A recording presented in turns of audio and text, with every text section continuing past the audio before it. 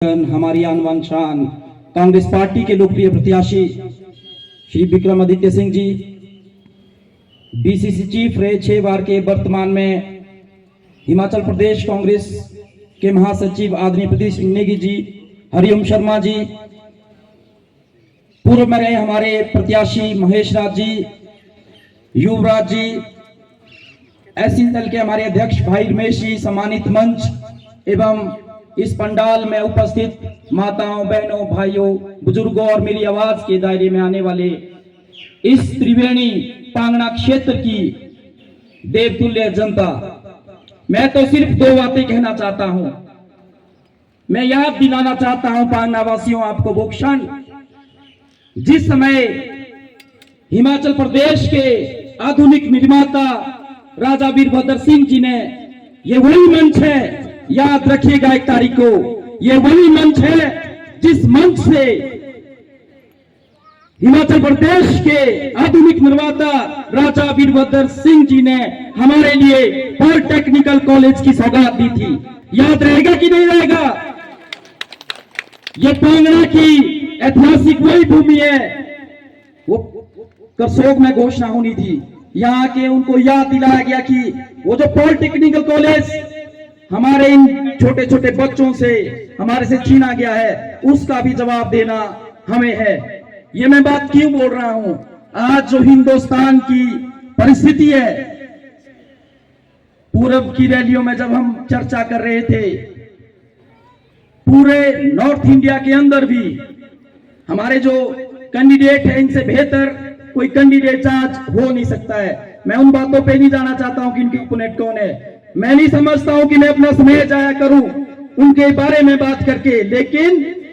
आज सवाल ये है, आज मेरा, आपका, आपके बच्चों का भविष्य दांव पे है, इसलिए 1 तारीख को हमने हाथ के निशान पर वोट देना है और लीड देनी है।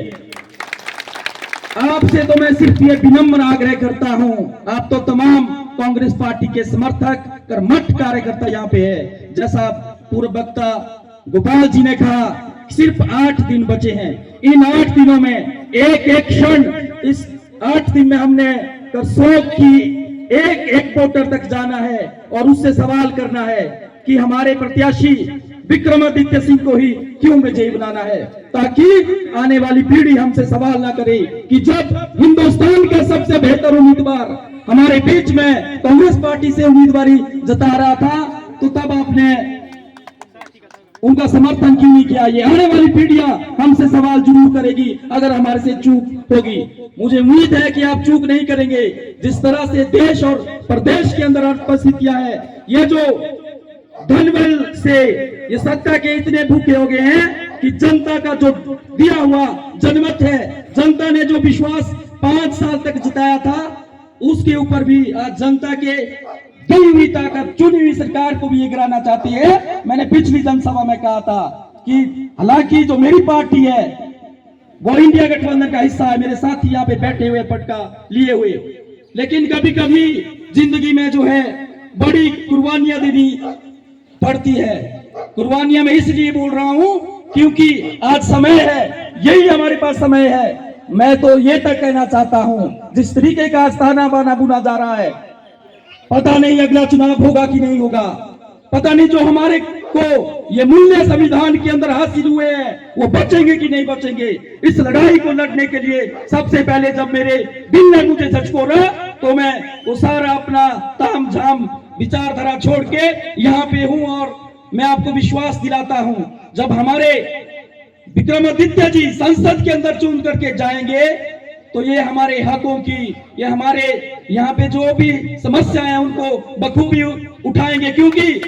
हमने 1.5 साल के कार्यकाल में इनको हिमाचल प्रदेश की विधानसभा के अंदर लोगों के हकों के लिए संघर्ष करते हुए देखा है। कोई भी बात हो, चाहे वो विपक्ष को अच्छी लगे, चाहे वो सत्ता को अच्छी लगे, ये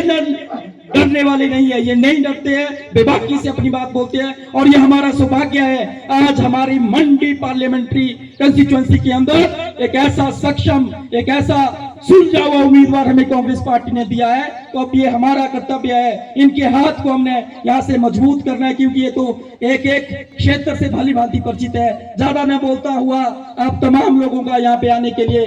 शुक्रिया अदा करता हूं और आगामी जिस भी आदमी को हम इस मंडी पार्लियामेंट्री हल्के में जानते हैं उस तक पहुंचना है।